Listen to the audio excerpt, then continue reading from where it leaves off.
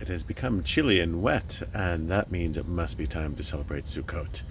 There's a halacha that we eat in the sukkah when we can, and the question is, what if it's raining? And the Shulchan Aruch, the classic code of Jewish law, says that you should eat in the sukkah until the point when the rain is so strong that it would ruin your bowl of beans, right? When the rain is getting into your food and it makes the food not so tasty, that's when you move inside. Part of the idea of the sukkah is to try and sensitize us, that we're to make us feel vulnerable. We spend years in our house, right?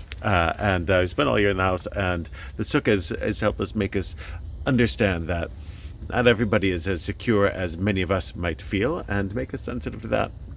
And part of it is not just knowing it intellectually, but experiencing it physically. Because when you experience something, your feelings towards it are often stronger than if you just think it.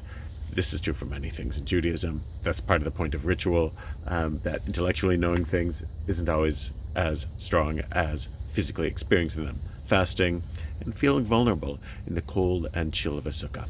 One of the situations of a vulnerable individual I think about this year on Sukkot is Evan Gershkovich, the Wall Street Journal reporter, Jewish, who's being held without real cause by Putin's regime in Russia. There are people who put themselves out on the line to provide essential services for the rest of us, and often in dangerous situations. Gersovich is one of those being held in a Russian prison with on bogus charges.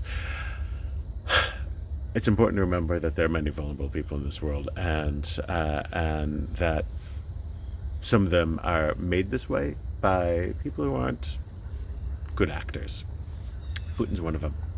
It's one of the people that we remember. We invite Ushpizin guests into our sukkah every night through the holiday, and Mr. Gershkovich is probably one of them that we should keep in mind this year. Have a Chag Sameach. I hope that it stays dry for much of Sukkot, and Shabbat Shalom.